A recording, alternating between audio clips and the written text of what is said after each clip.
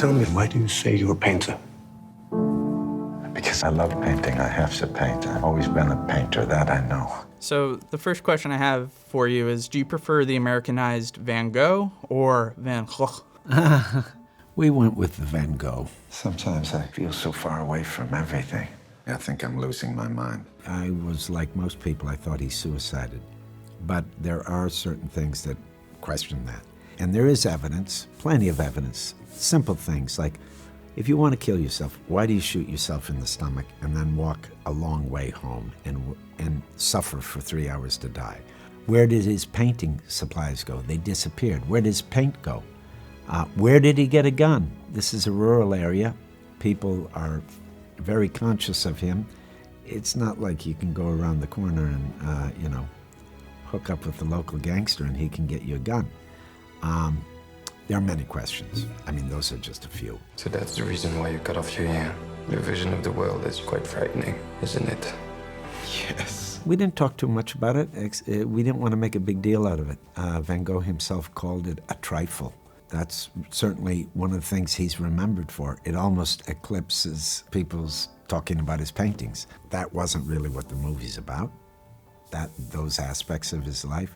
So we deal with it, but we deal with it in the actual event is talked about off-screen. A born painter. Yes, because I can't do anything else, and believe me, I've tried. Just how steeped he was in religion, how obsessed he was with being of service, and how he really felt like it was through nature that he could contact God, and that was a huge concern for him.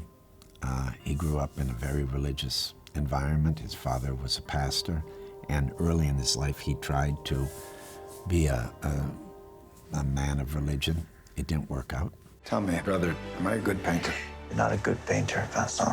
You're a great painter. Some of my favorite moments of it were the moments you see him with Theo and Theo's wife, Johanna, who is kind of an unsung hero. He might not have reached the status he's reached now if it were not for her. Definitely not, because THEO, they had such this bond that a year after THEO was dead. So Johanna is really the one that started to sell the paintings and started to establish Van Gogh's legacy.